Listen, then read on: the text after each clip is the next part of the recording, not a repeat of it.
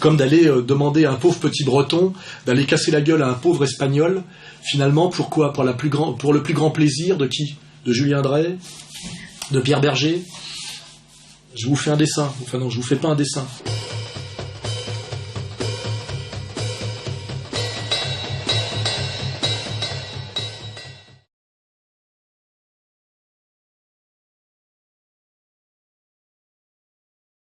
Alors là, oui, je vais prolonger cette réflexion sur aujourd'hui le pouvoir qui normalement est là pour maintenir une paix civile, une harmonie malgré les antagonismes de classe, etc. Qu'aujourd'hui le pouvoir est systématiquement dans une logique de guerre civile, c'est-à-dire qu'il pousse à l'affrontement, il pousse aux extrêmes, il pousse à la violence sur toutes les lignes de fracture qui normalement il devrait essayer de concilier en tant que pouvoir. Et là on voit qu'après avoir poussé les jeunes de gauche contre les jeunes de droite, puisqu'on voit bien aussi qu'après que des jeunes aient beaucoup pris la rue avec la manif pour tous, la réponse du PS a été effectivement de réactiver les antifas à travers Antifa Paris banlieue pour pousser donc des jeunes de gauche contre des jeunes de droite dans du combat de rue, ce qui est très immature. Hein. Donc on a poussé à la guerre civile les jeunes de gauche contre les jeunes de droite, et là avec le mariage homo, on a créé de toutes pièces une homophobie en France qui n'existait pas, parce que la France est un pays où il n'y a pas de police des braguettes, contrairement aux pays issus du puritanisme comme les États-Unis, où les gens s'en foutent totalement de l'homosexualité. On n'a jamais demandé de compte à Jacques Lang, à Pierre Berger. Les Français s'en foutent. Il n'y a pas de police des braguettes. C'est pas la tradition française. Or là, le pouvoir, par cette loi qui est une loi qui n'a rien à voir avec la question du mariage homo, mais avec la question des enfants et la protection de l'enfance et de l'extension de la logique marchande au monde de l'enfance et de l'enfantement. C'est ça la vraie question civilisationnelle qui est derrière. Hein. On a créé de toutes pièces une homophobie et on a monté les hétéros contre les homos contre les hétéros. Donc c'est encore cette logique. Et on voit que c'est finalement la logique systématique du pouvoir pour effectivement ne pas répondre à la question de l'injustice sociale, à la question de l'inégalité fondamentale, qui est cette inégalité sociale qui est cachée derrière cet égalitarisme formel issu de la Révolution française, hein, égalité formelle, inégalité réelle, et que systématiquement pour ne pas répondre à l'inégalité réelle, qui est la question effectivement de l'exploitation de classe, on montre des faux antagonismes. Alors on a monté le féminisme pour ça, hein, c'est-à-dire opposer les femmes aux hommes et désamorcer le sérieux de la lutte des classes par la lutte des sexes, hein, en manipulant la fille de famille bourgeoise idiote, c'est-à-dire la petite Mérique de l'époque d'après-guerre qui est de Simone de Beauvoir. Hein. De cette manière-là, en empêchant la femme de se politiser, on empêche aussi l'homme d'être politisé. Et on empêche la femme d'être politisée si on l'empêche de travailler. C'est par le travail seulement, par la vie économique, qu'un individu peut s'intégrer à la vie sociale. Alors on maintient la femme loin de la vie économique, à la maison, donc on la maintient loin de la vie politique. Après ça, on a fait le jeunisme, hein, la lutte des âges, avec mai 68. Lundi 6 mai 1968 dans l'après-midi. Sur le boulevard Saint-Germain, en plein cœur de Paris, les étudiants affrontent la police. La rébellion des jeunes contre leur père, avec ce gauchisme, effectivement, avec la révolte contre l'État-papa ou le papa-État, qu'on insulte mais qui doit continuer à donner l'argent de poche. J'ai vu un garçon, un jeune étudiant, qui était du côté derrière les barricades et qui traitait un CRS en face, d'ordure, enfin, ce CRS pleurait. Alors je me suis posé une question, je me suis dit, mais enfin pourquoi ce type pleure? Et l'étudiant m'a dit, c'est mon père. Donc tout ça, c'est de l'immaturité politique et de l'inconscience politique programmée par le système. On a eu la période de l'antiracisme avec Mitterrand, au moment où la gauche du PS a clairement abandonné la question sociale à partir du virage de la rigueur. On peut saluer le rôle qu'a joué Quinquin, là, le rougeau de Lille qui vient de mourir. 1983, la situation économique de la France est critique. Pour ne pas sortir du système monétaire européen, le gouvernement Mauroy met en place une politique de rigueur. Saint-Léger, près de Valenciennes, 12 000 ouvriers travaillaient là. Lorsque j'étais gosse, que je passais devant ces hauts fourneaux, c'était dantesque, quoi. C'est moi qui les ai fermés.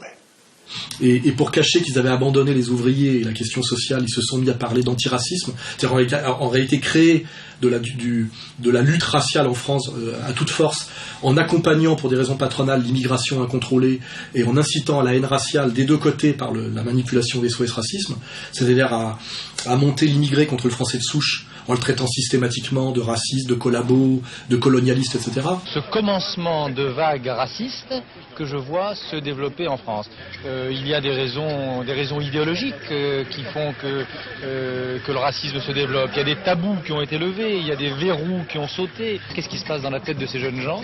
Quelles sont les idées qui y cheminent? Quelle est la bêtise qui peut y conduire? Quelle est la démence criminelle qui peut circuler dans l'air du temps?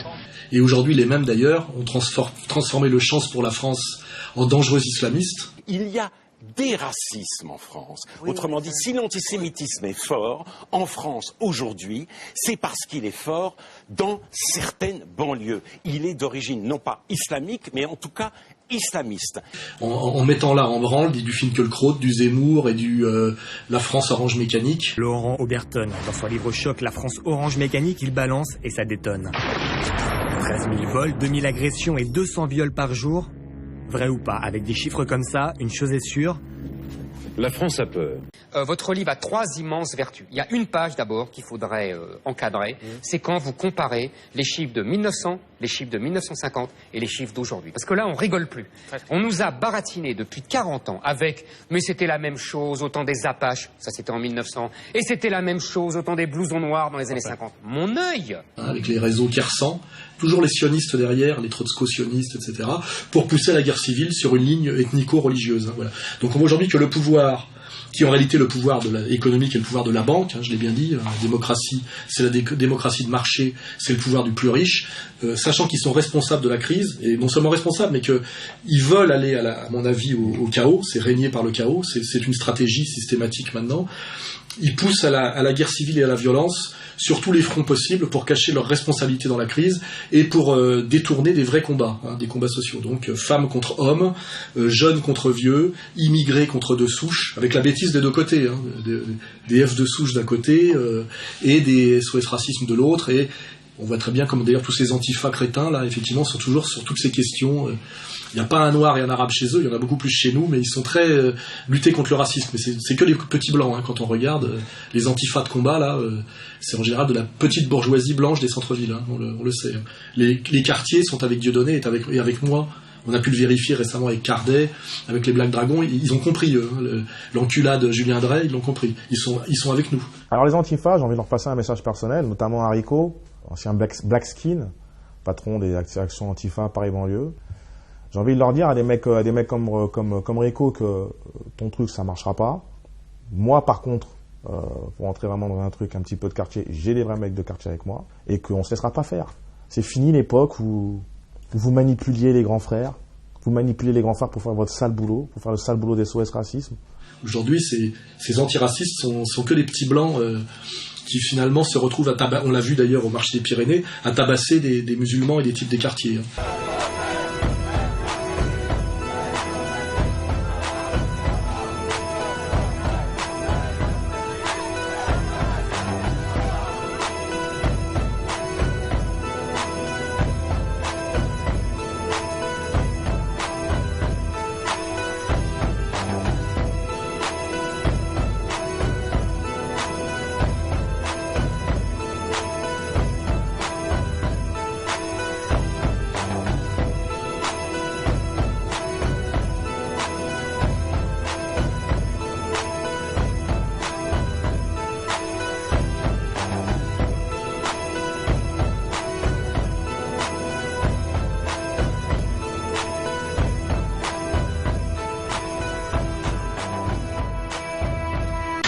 C'est le paradoxe du réel.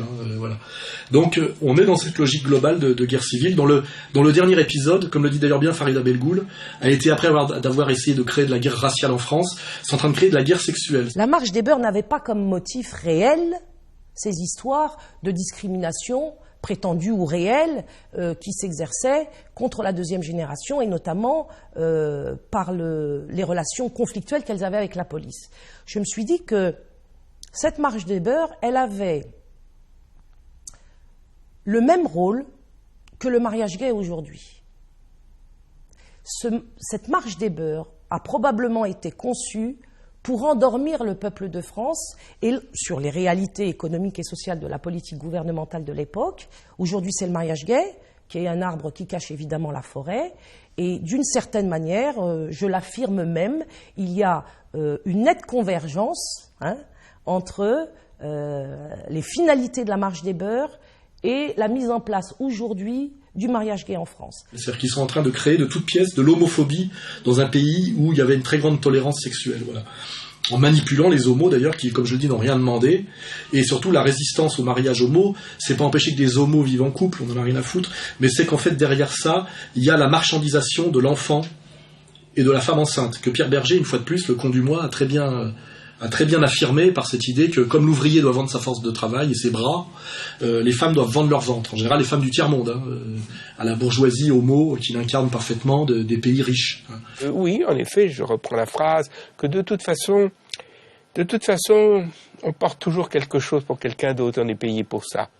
Vous, pour faire de la télévision en ce moment, d'autres pour aller dans une usine, d'autres... Parce que la question qu'on se pose, c'est Pierre Berger, il vend quoi dans cette histoire ?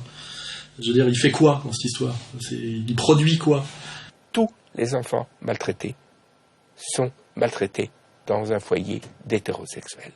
Voilà, parce que c'est marrant de commenter en étant au-dessus des autres, mais quelle est sa fonction sociale positive dans tout ça ? Ce monsieur qui est milliardaire dans l'industrie du luxe. Entrepreneur, mécène, Pierre Berger est le fondateur de la maison Yves Saint Laurent, président de la fondation Pierre Berger Yves Saint Laurent et président de SIDAction. Le SIDAction, bien sûr, vous êtes copropriétaire du Monde, vous êtes un grand patron et un homme de gauche très engagé. De gauche, c'est l'industrie du luxe de gauche. C'est un peu marrant de voir ce que peut être la gauche aujourd'hui. C'est la gauche Yves Saint Laurent.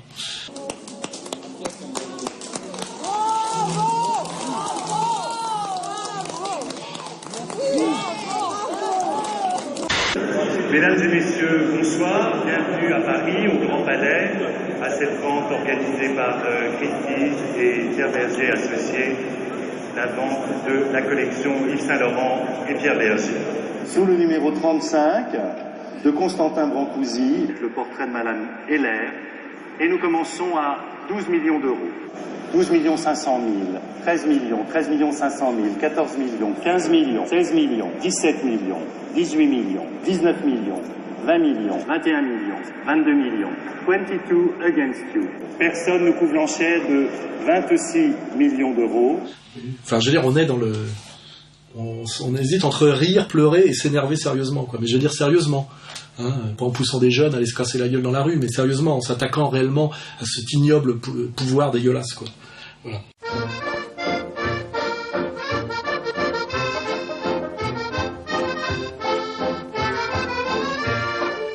Alors ce qui est intéressant en plus, quand on voit ces lois qui passent aujourd'hui au pouvoir, c'est que c'est systématiquement, si je prends la loi du mariage pour tous, la volonté d'une petite oligarchie qui manipule, soi-disant, une communauté qui peut-être n'existe pas, puisqu'il y a des homosexuels de gauche, de droite, pour des raisons affectives, transgressives, on va dire génétiques même, hormonales, oedipiennes, enfin je veux dire, tout ça ne constitue pas une catégorie politique, Comme je l'ai dit, se faire enculer est une activité de loisir, c'est pas une activité productive.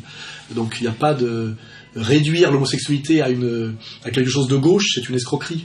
Et c'est d'ailleurs l'escroquerie de Jack Lang, il a existé pour ça. Je pense que cette question de l'adoption méritera un jour d'être reposée.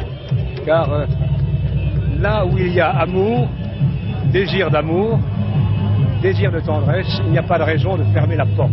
Mais ce qui est intéressant, c'est que aujourd'hui, le pouvoir en France impose à l'ensemble du peuple français quelque chose qui n'est voulu pratiquement par personne, et les gens qui sont chargés de l'imposer sont systématiquement des gens qui ne sont pas issus ou très peu du peuple de France.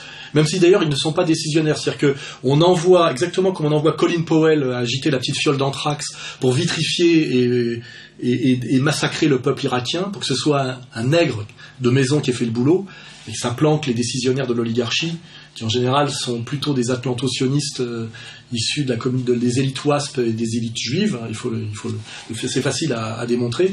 Là c'est pareil, on a une pauvre Taubira qui au départ Et sur une question d'indépendance guyanaise, donc sur une question d'antiracisme, sur une question de défense des Noirs humiliés. La Guyane, c'est un mélange de population, de culture, de civilisation, de couleurs, c'est-à-dire. C'est une mosaïque extraordinaire parce qu'en fait nous avons en Guyane un village planétaire, c'est-à-dire que nous avons une reproduction pratiquement de la Terre entière. Nous sommes de l'Amazonie, nous sommes du plateau des Guyanes, nous sommes une différence géographique, nous avons aussi une histoire, nous avons une culture qui s'est agrégée à travers le temps.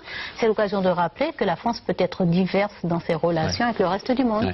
Et qui se retrouve à faire passer une loi et à se battre pour une loi qui ne la concerne pas du tout, sachant que finalement les gens qui le représentent communautairement sont les plus hostiles à ce genre de dégénérescence homo. Il faut le savoir, hein, les Antillais, les Guyanais, les Réunionnais, quand vous leur parlez de mariage homo, ils sont très au-dessus de la France blanche moyenne dans l'hostilité. Je crois au contraire que l'on ne peut mettre fondamentalement sur le même plan hétérosexualité et homosexualité. Un homme et une femme, ce n'est pas pareil que deux hommes ou deux femmes ensemble. Établir une équivalence, une nouvelle égalité, une nouvelle norme, c'est nier la réalité. Mais ce n'est pas le droit qui refuse aux homosexuels d'avoir un enfant, c'est la nature. Alors, pour pallier ce problème de stérilité et d'incompatibilité, on aura recours à la PMA. Où est donc le progrès social? Où est la liberté nouvelle? Comment voulez-vous qu'un homme dont les ancêtres ont été vendus et chosifiés ne soit pas inquiété par cela? Donc elle se retrouve à faire le tapin, une sorte de Colin Powell du sociétal. On a la petite Belkacem qui se retrouve en première ligne, qui est une Marocaine, et qui ne pourrait pas dire le dixième de ce qu'elle dit chez Momo 6. Hein. En réalité, cette forme familiale, elle existe déjà. Et l'erreur de ceux qui craignent qu'on porte atteinte à la structure familiale, sa définition, etc., leur erreur fondamentale, c'est de toujours raisonner, quand ils parlent de famille, au singulier, comme s'il y avait un seul modèle de famille dans notre société, papa, maman, enfant. Mais vous savez très bien ici que ça n'existe plus. Elle se ferait lyncher si elle osait dire la même chose. On a Valls. Donc, cette loi va rentrer dans la société française. Elle est irréversible. Qui fait appliquer ça à coups de pompe dans le cul, violence policière, on en parlera tout à l'heure, contre les familles avec des poussettes.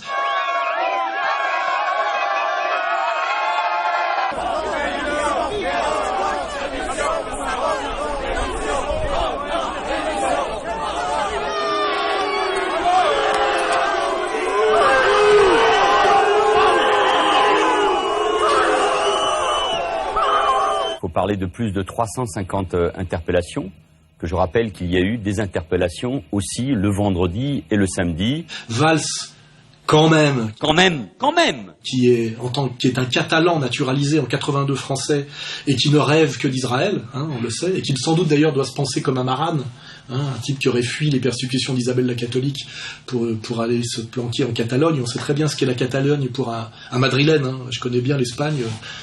À Madrilène, vous dites toujours que les Catalans, c'est les Juifs de l'Espagne, ils les considèrent comme ça, et que c'est les moins espagnols de tous. Voilà. Enfin, donc on a une Taubira, une Belkacem, un Valls qui fait passer une loi qui, en dernière instance, passe sous la présidence de Monsieur Hollande, qui ne sait même pas ce que c'est que le drapeau français. Vous voyez, et en général, Hollande, c'est la provenance. C'est comme Mendès France. C'était pour savoir que c'était pas Mendès Portugal ou Mendès Hollande, vous voyez, c'était Mendès France. Voyez. On remettra peut-être des extraits à l'époque où Poujade osait encore aborder ce genre de sujet dans les années 50. Pierre Mendès France. Tu es en France depuis quelques générations, je te l'accorde. Mais est-ce qu'il y a beaucoup de Dupont, de Durand, de Poujade qui ont apporté leur sang, n'est-ce pas, avec le tien? Est-ce que tu t'es mélangé à la communauté française? Non. Eh bien, c'est toi le raciste. C'est toi le raciste, puisque tu n'as pas voulu te mélanger. Tu es venu te mettre dans la communauté française. Tu es venu profiter de la communauté française, de tout ce qu'elle t'a apporté, de cette générosité. Tu en as profité, tu t'es enrichi, tu t'es développé, et tu es resté là, dans ta secte. Voilà. Donc on a finalement que des gens qui sont à la marge, je dirais, de l'identité française, obligés de porter une loi profondément détestée par le peuple français, pour qu'en dernière instance le peuple français les rende responsables.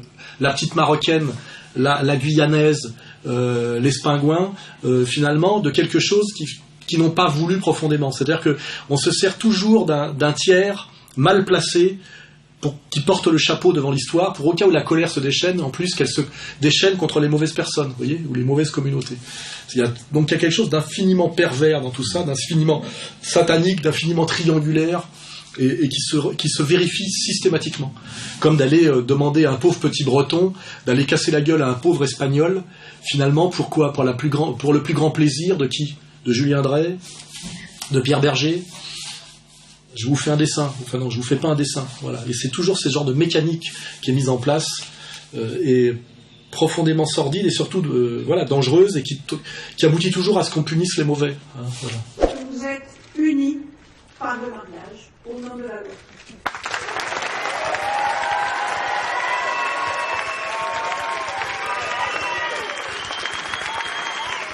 Un grand homme disait, Martin Luther King pour ne pas le nommer, que si une loi ne peut pas nous obliger à nous aimer, par contre elle peut nous obliger à ne pas se faire lyncher.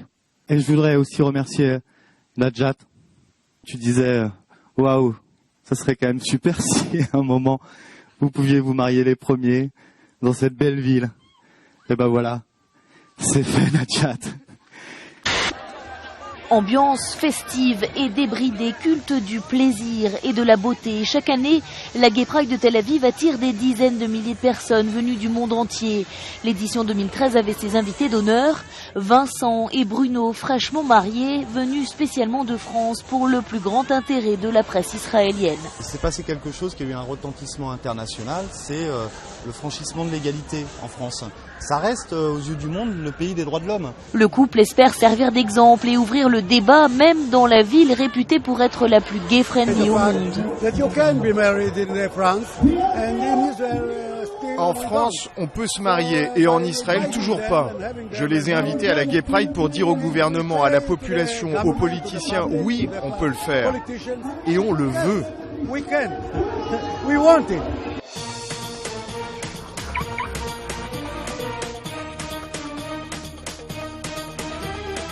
Alors ça, c'est un peu, tu sais, comme la preuve par 9, la vérification.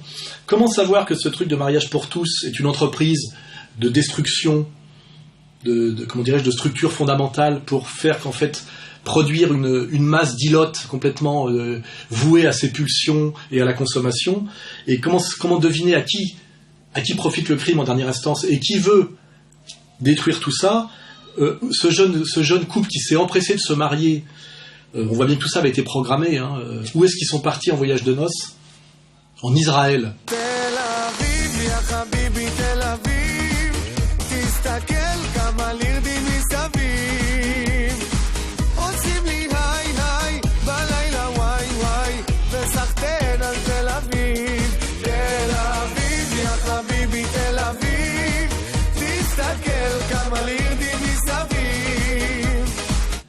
Ce qui est quand même assez emblématique, hein, voilà.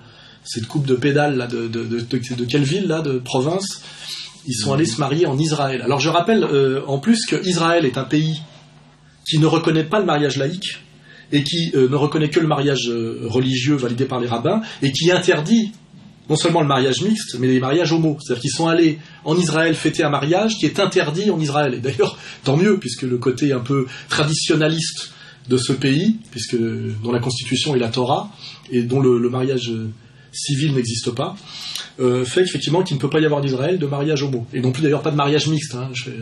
Faut voir la petite dimension raciale. Hein. Voilà. Donc ces deux couillons là, qui prouvent bien la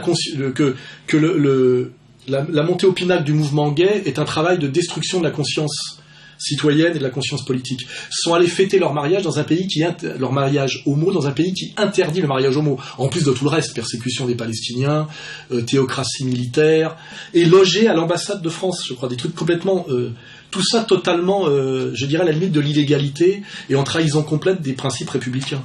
Ils ont été logés gracieusement, je crois, à l'ambassade de France. Enfin voilà, on voit une collusion totale entre le privé, le sociétal, le public, le politique, l'étatique. C'est le grand n'importe quoi actuel, hein, voilà, où plus rien n'est respecté, de la séparation des pouvoirs. On est dans l'indignité, la confusion, l'absurdité totale.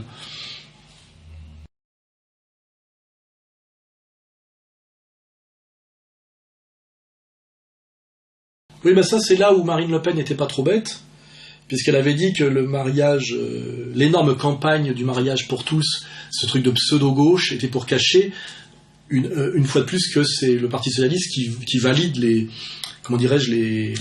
évolutions les plus droitières sur le plan du social. Combien de Français se réveillent le matin en se disant que leur préoccupation principale, c'est de savoir si le mariage homosexuel va être voté? Non. Mais le président de la République a mis en œuvre ce projet de loi pour faire diversion politique, pour que l'on ne regarde pas de plus près le drame qui est en train de se dérouler et pour les entreprises, dans le pour les chômeurs, pour ceux qui sont victimes de l'insécurité, pour notre pays qui est aujourd'hui à la dérive. C'est-à-dire que le combat contre le mariage homo porté par une certaine droite a été là aussi pour cacher que pendant ce temps-là, on allait, à la demande de l'Union européenne, validée par la CFDT et le PS, détruire le CDI, c'est-à-dire cette sécurité de l'emploi sans lequel il ne peut pas y avoir de vie sociale, familiale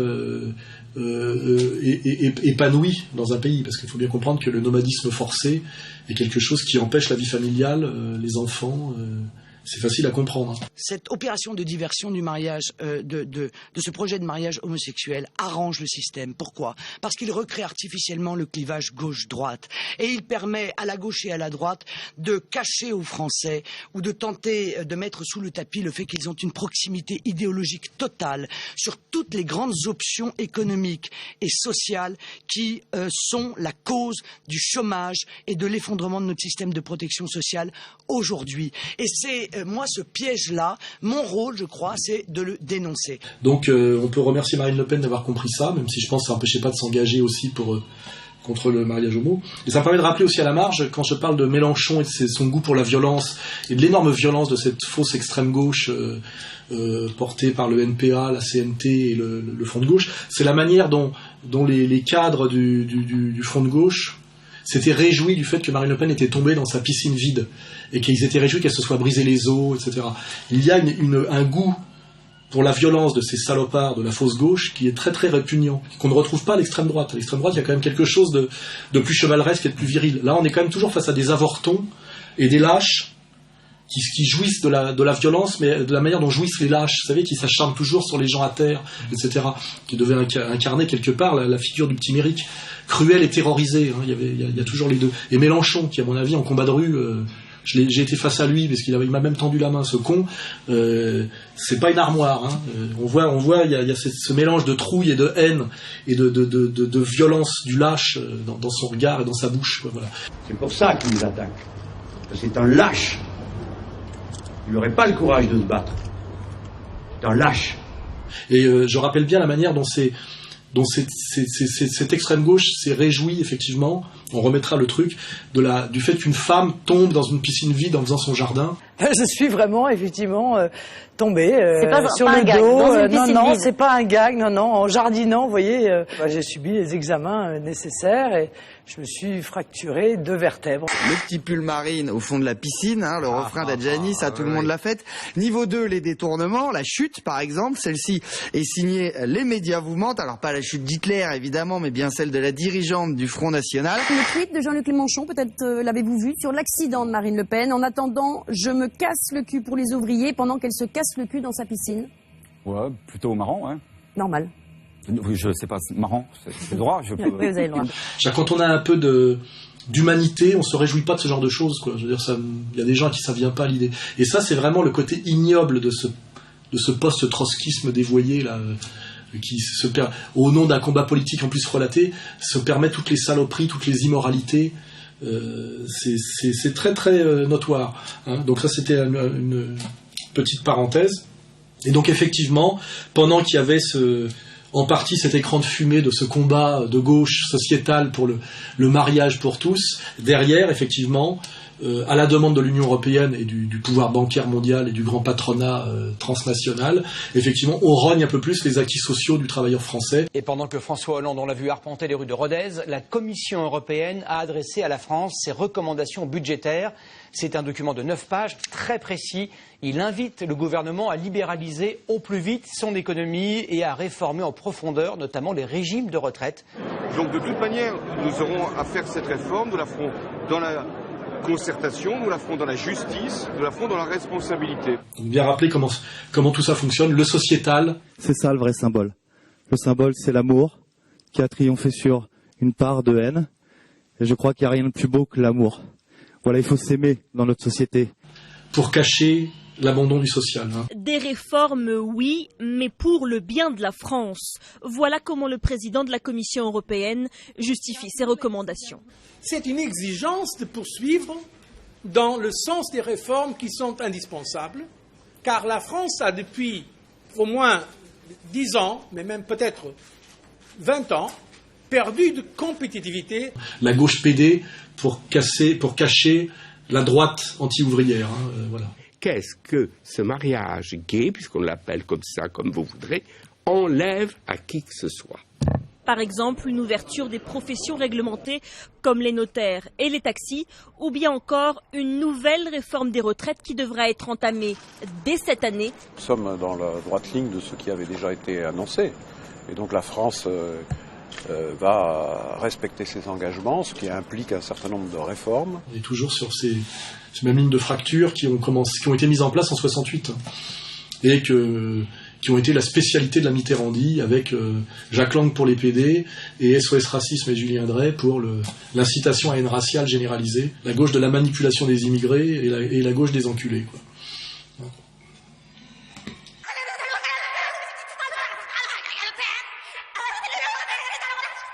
Oui, alors ça c'est un truc qui m'intéresse aussi.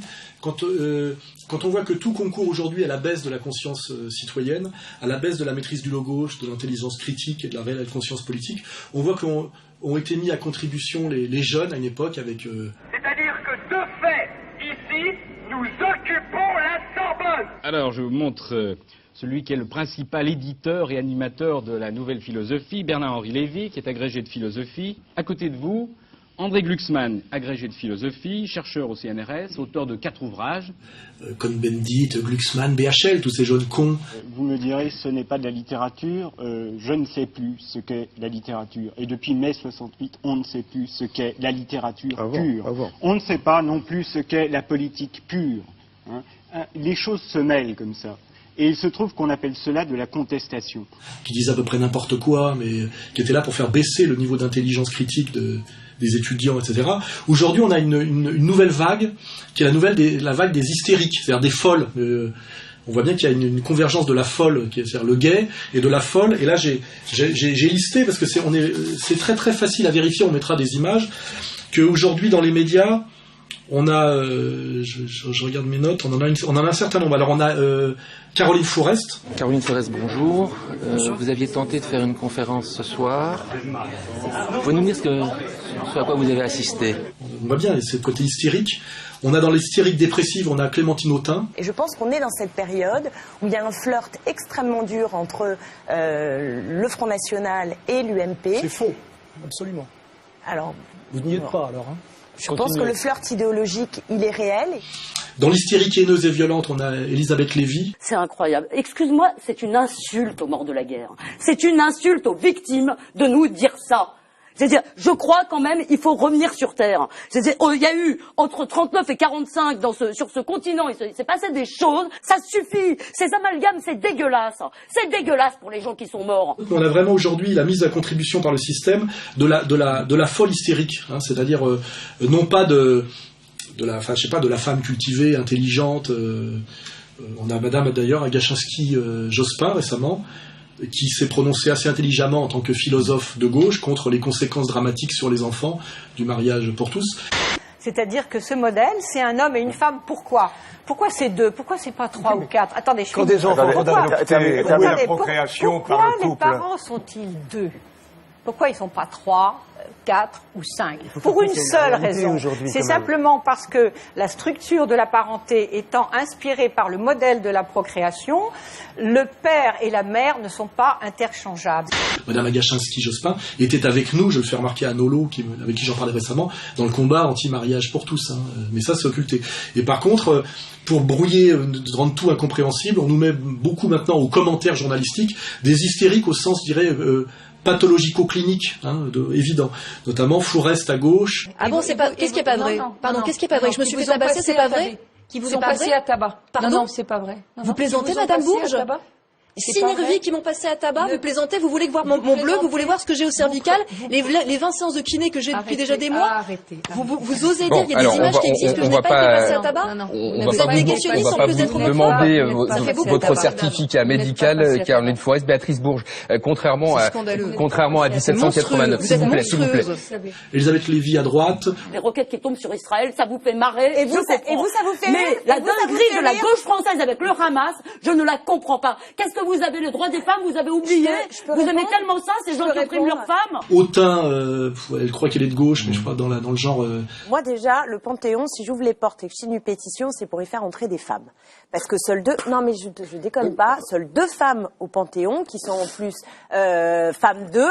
Il n'y a même pas Simone de Beauvoir. Au fond, nous, des gauches dépressives. Tu n'y connais rien, ça ne t'intéresse pas. Parce que quand on te dit qu'il y a un État dont la capitale économique et la capitale politique sont sous le tir de missiles à longue portée, tu t'en fous complètement. Non, je m'en fous pas.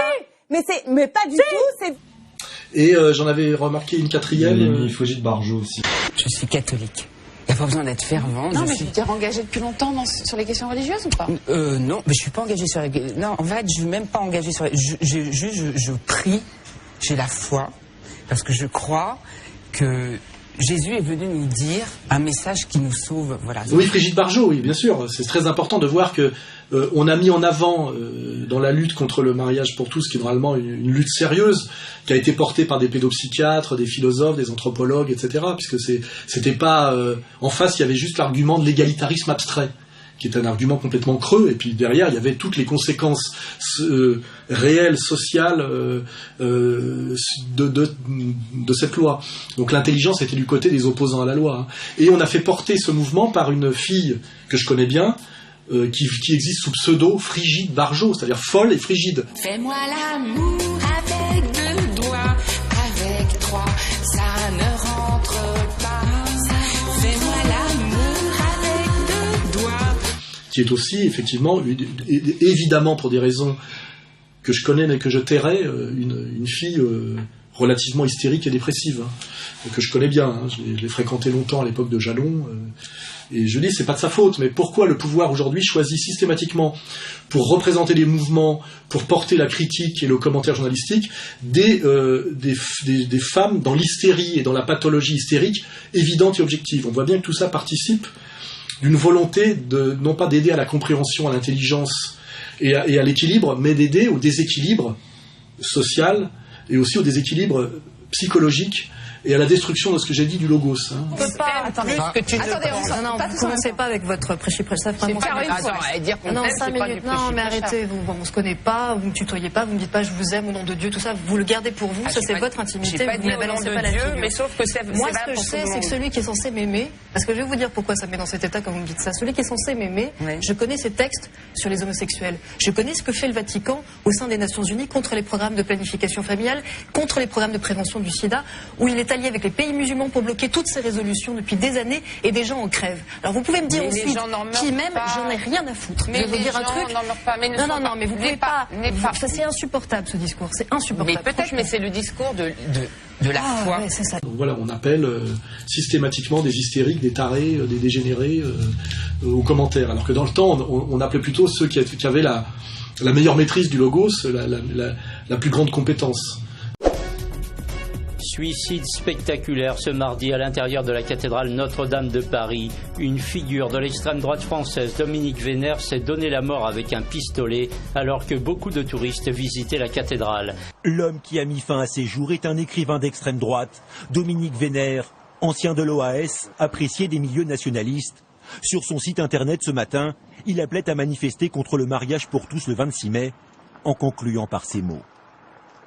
Il faudra certainement des gestes nouveaux, spectaculaires et symboliques pour ébranler les somnolences, secouer les consciences anesthésiées et réveiller la mémoire de nos origines.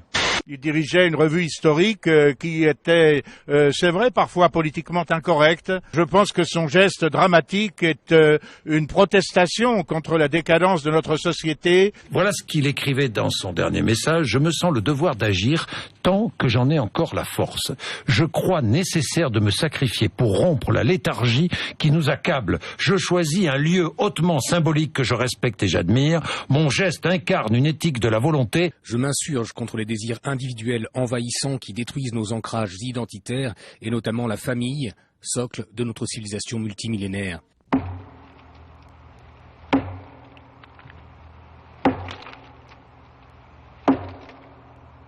Là, c'est l'occasion de saluer la mort et le sacrifice d'un type comme Vénère, qui, pareil que les skinheads, c'est pas du tout ma famille, hein, c'est pas ma tasse de thé, c'était pas un mec très drôle, je l'ai croisé 2-3 fois, c'était pas un humoriste. Il était beaucoup sur la question européenne et raciale, comme souvent les païens. Hein. Pas oublier que les antichrétiens sont forcément tribaux et racialistes, puisque selon le christianisme, on peut d'ailleurs lui reprocher, est quelque chose d'universaliste et d'antiraciste. Donc un chrétien authentique n'est pas sur ces catégories-là. Mais Vénère était cohérent, il était païen, même s'il a choisi de se donner la mort à l'intérieur de la cathédrale de Notre-Dame de Paris, parce que c'était un symbole civilisationnel pour lui de l'Occident, et plus un symbole civilisationnel que religieux. Mais je peux comprendre qu'un type comme ça, qui avait plus de 70 ans, en voyant son pays s'effondrer, moi-même quand je regarde des documents sur l'époque de Brassens ou de Léo Ferré, c'est les années 60. Vous savez, depuis le temps que je suis sur la Terre, j'ai évidemment rencontré, j'ai vu comment se comportaient les femmes. J'en ai vu qui étaient adorables et j'en ai vu qui l'étaient moins. Et j'ai raconté à peu près ce que j'avais vu. On a tendance quand même, vous voyez, quand on entend, par exemple, un type comme Brassens chanter une jolie fleur dans une peau de vache, on a tendance à faire de moi un misogyne. Sous prétexte que je traite une femme de peau de vache, on décide que je suis un misogyne. Ça me paraît quand même, ça aussi, être une courte vue. Misogyne, il n'y a pas, le sage avait raison. Il y a les emmerdantes, on les trouve à foison. En foule, elles se pressent. Mais ce jour-là, ma tourterelle, ma fille à moi, ma toute belle, ma frangine d'amour, ma maman. Malgré les planches et puis la terre, on se blottira comme on sait le faire. Nous deux, malgré la terre et puis les planches, on se câlinera comme le dimanche quand on va pas au cinéma. Nous deux, et qu'après on se retrouve en rêve, fascinés comme Adam et Ève, et tout fiers d'avoir trouvé ça. Nous deux. Je pleure, c'est pour ça que j'ai du mal à écouter ça, parce que je chiale sur ma France morte et sur ma France perdue, sur la France de mon enfance. Donc j'imagine un Vénère devait se retrouver dans un monde abject, absurde, répugnant, dégoûtant, immonde, le monde des émissions d'Arthur ou de l'autre dont j'ai parlé la dernière fois. Non, Coé c'est ignoble aussi, mais Hanouna, parce que chez Hanouna il y a l'arrogance en plus. Je vais vous donner juste mon avis 2 petites secondes. Pour moi, dans télévision publique, il y a public. Là, le problème, c'est que le public ne regarde pas cette émission. Non, mais c'est vrai. Chez Coé, finalement, c'est un beauf, mais l'autre, c'est en plus, c'est l'arrogance du peuple élu qui est derrière. Hein. Je trouve que cette émission aurait plus sa place ou sur une chaîne du câble, Paris Première, ou sur Paris Première, ou sur Canal+. Voilà, je trouve qu'elle aurait sa place à la limite sur Canal+, et que Frédéric Tadei aussi aurait sa place sur Canal+. Mais je vois pas comment on peut donner une case comme ça à quelqu'un qui, ça fait 7 ans qu'il marche pas. C'est le beauf qui se prend pour un aristocrate, c'est horrible. Je comprends qu'un Vénère, finalement, ait eu envie de quitter cette planète et ce monde, effectivement, pour rejoindre le Valhalla, rejoindre, je sais pas, Mishima, enfin les gens, les combattants de la tradition. Je peux le comprendre et j'en suis. Enfin, je veux dire, je salue le geste, le côté héroïque et désespéré du geste, et je pense beaucoup aux vieilles personnes, hein, quelle que soit leur origine, y compris les vieux musulmans, hein, attention, hein, qui sont en France et qui prennent cette monstruosité mondialiste dans la gueule. Ça doit être terriblement dur pour eux, quand je vois comme déjà c'est pénible pour moi de se sentir encore membre de cette communauté humaine, de cette civilisation et de cette planète, portée, je vous le dis, par tout ce qui est destruction de la tradition, de la morale et du bien, c'est-à-dire ce nouvel ordre mondial voulu par une petite minorité d'oligarques dégénérés et satanistes. On parlera effectivement avec le rabbin Bernheim, effectivement, de ces gens qui sont liés au satanisme réel, au franquisme et au sabbataïsme. Il faut comprendre ce qu'est Sabbatai Zevi. Sabbatai Zevi est un petit juif de Salonique, donc la ville des Mellahs de Sarkozy, ou de Mustafa Kemal Atatürk, etc. Donc du jour au lendemain, il se prend pour le Messia juif. Ça, c'est le messianisme juif. C'est une dérive religieuse, intellectuelle extrêmement grave. Le problème, c'est qu'elle a marché, qu'elle a pris quasiment tout le monde. Et il a dit que c'était le Messia et qu'il a créé une nouvelle religion. C'est la religion du salut par le péché. Voilà, de ce monde de plus en plus piloté par le diable, en manipulant tous les crétins, tous les paumés, tous les naïfs, tous les idiots, c'est-à-dire, effectivement, c'est assez facile à voir, ceux qui sont le plus loin, effectivement, de la maîtrise de l'intelligence critique, on va le dire, les femmes, les jeunes, les gens issus d'une autre civilisation et arrivés récemment dans des conditions difficiles, les gens sexuellement perturbés. On voit bien que le Satan s'appuie, effectivement, sur tous les paumés, les déséquilibrés, effectivement, pour asseoir son règne, en nous les envoyant dans la gueule comme des tirailleurs sénégalais ou des pauvres salafo-wahhabites puisés sous le sous-prolétariat du Maghreb en crise et payés par l'argent du Qatar et promus par une idéologie de type wahhabite. On voit bien qu'il y a un lien. Ce qui se passe aujourd'hui en Syrie.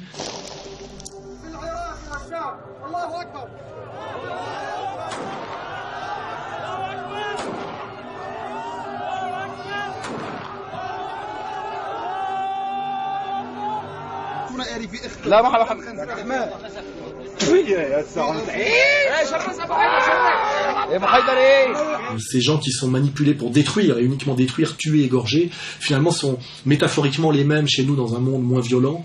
Ce sont les mêmes, c'est-à-dire les dégénérés, quoi, les paumés, les psychopathes. Et quand un monde se sert des psychopathes pour maintenir son pouvoir, c'est non seulement un monde qui mérite de s'effondrer, mais c'est des élites qui méritent d'être violemment châtiées. Et malheureusement, pour l'instant, elles échappent à tout, et elles pensent même, dans cette logique de guerre civile et de guerre mondiale, accroître leur pouvoir par ces manipulations et ces violences. C'est ça qui est tragique, c'est que c'est régné par le chaos, c'est que on pourra élargir encore un peu tout à l'heure. Au bout de ça, il y a le renforcement de leur pouvoir. C'est-à-dire exactement comme quand Attali dit qu'après la Troisième Guerre mondiale, il y aura le nouvel ordre mondial, le gouvernement mondial, dont la capitale sera Jérusalem. On va vers ça. Est-ce qu'on ira à la place de la guerre ou après la guerre? Je ne sais pas. Mais c'est ça qu'il faut viser. D'accord. Vous avez entendu ce qu'il vient de dire. Oui. Est-ce qu'on ira avec ça? Comment vous avez Avant la guerre ou à la place de la guerre? Avant la guerre ou... Non. Ou à la place de la guerre. Non, vous avez dit après la guerre. Après la guerre, pardon. Oui. Après la guerre ou à la place de la guerre, bien sûr. Il dit ça très calmement, sachant que la Première Guerre mondiale a fait 20 millions de morts, la deuxième 50 millions, et que la troisième peut en faire largement 500 millions, avec le nombre de bombes atomiques qui remplacent et les armes qui remplacent. Mais ces gens-là, ils ont effectivement sur la bouche, quand ils disent ça, le sourire de Satan. Voilà. Puis, le traité de Versailles, c'était après la guerre. Le traité des Nations Unies, la SDN, c'était après la guerre. La Nations Unies, c'était après la guerre. Et là, il faudrait mieux que ça soit à la place de la guerre qu'après la guerre. Pour finir, sans doute, M. Wener, voyant Satan régner de plus en plus visiblement sur le monde, en s'appuyant sur des populations de plus en plus loin de l'intelligence et de la civilisation, a sans doute préféré mourir dans quelque chose qui incarne le génie européen. Sans doute, c'est ce génie que j'appelle, moi, helléno-chrétien, qui était la cathédrale de Paris. Voilà. Donc, bien que Wener ne soit pas du tout sur ma ligne, parce que moi je suis un nationaliste français, on va dire, plutôt non racialiste, et qui tend la main aux musulmans, alors que lui était sur cette peur du grand remplacement. À l'image de ses choix politiques, le dernier billet que Dominique Wener a publié sur son blog ne fait pas dans la demi-mesure. Il y évoque une France qui pourrait tomber aux mains des islamistes, accuse le patronat et l'Église d'y avoir travaillé activement et incite les manifestants du 26 mai à ne pas se limiter au refus du mariage gay pour exprimer leur colère.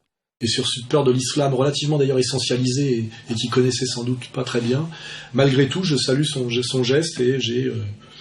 comment dirais-je, un grand respect pour ce geste de sacrifice. Et comme je l'ai dit, malheureusement, on ne verra jamais un Cohn-Bendit ou un Pierre Berger se faire harakiri pour comment dirais-je, par dignité et pour affirmer leur protestation face au monde. Hein. Malheureusement, c'est toujours les mêmes, effectivement, qui ont ce genre de geste élégant, et toujours les mêmes qui sont dans l'inélégance généralisée et permanente, même comme derrière cette inélégance fondamentale se cache derrière, comment dirais-je, l'industrie du luxe.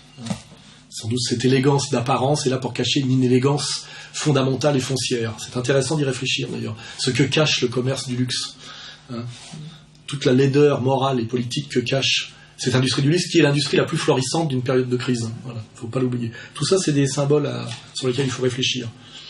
Il y a les emmerdeuses un peu plus raffinées, et puis très nettement, au-dessus du panier,